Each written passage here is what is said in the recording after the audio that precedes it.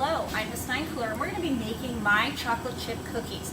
Now this is a recipe that I've been using for many years, and as far as we know, we haven't found one better. So I'm going to start off with 1 cup of butter flavored Crisco or shortening.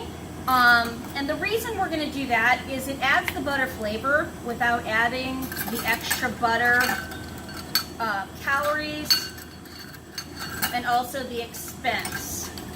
So to measure Crisco, you got to really pack it in there. Make sure there's no air bubbles.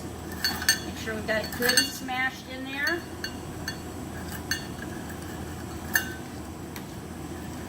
And then we're going to level it off. Make sure that we've got it nice and smooth. And I messed that up. So we're going to do it again. Alright, so we've got our Crisco. We're going to go ahead and put it into the big mixer. Now, notice that I have the whisk on the big mixer, and that's going to be important because we're going to be creaming together our ingredients. Next part of the recipe is we need 3/4 of a cup white sugar. Now, I don't have a 3/4 of a cup, so I'm going to have to use my 1/4 cup 3 times. Now this one, I can actually scoop, pull back, push forward to level it. Now I know that in some videos you guys have watched, they just pushed forward.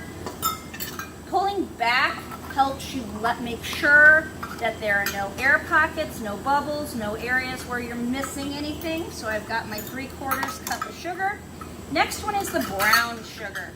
Now, the recipe calls for light brown sugar, but there's a couple of different types. You don't